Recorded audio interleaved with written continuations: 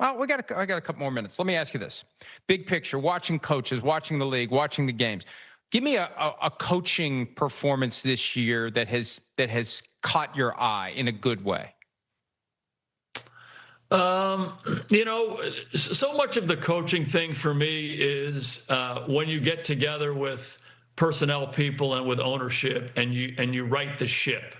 And everyone seems to be on the same page and aligned about how we want to build this thing and then ultimately how we want to coach and play. So I think there's some good examples. I think Mike Vrabel going back up to New England is a good example of that. Just from top to bottom, him going in there, he'd been there before, he understands the place.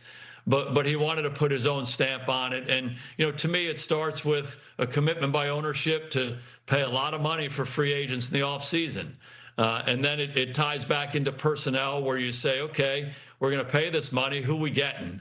And what is this team going to look like? The identity of the team. Who do we want to be a part of this thing?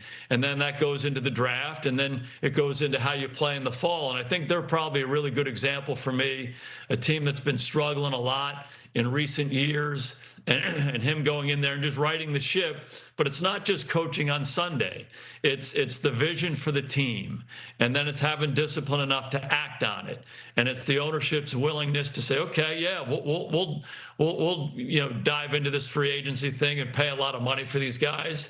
But then it's the decisions within free agency, it's the decisions in the draft, and then you start to see what that team can be.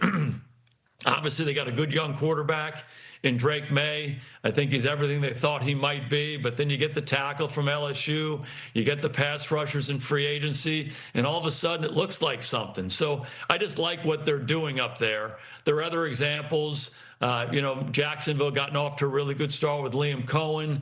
So I think you got to feel good about what those teams are doing, and teams that haven't had a lot of success in recent years, to be able to flip it around and get them on the right path with the right kind of vision and discipline to make that come alive. I think that's where the magic is.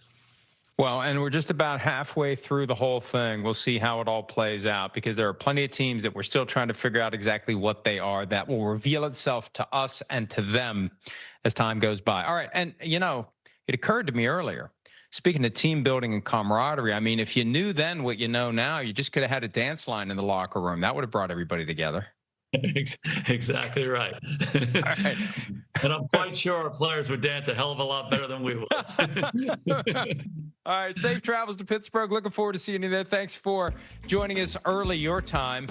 Early your time. We'll see you soon. Yeah, no worries. It's going to be a fun Sunday night.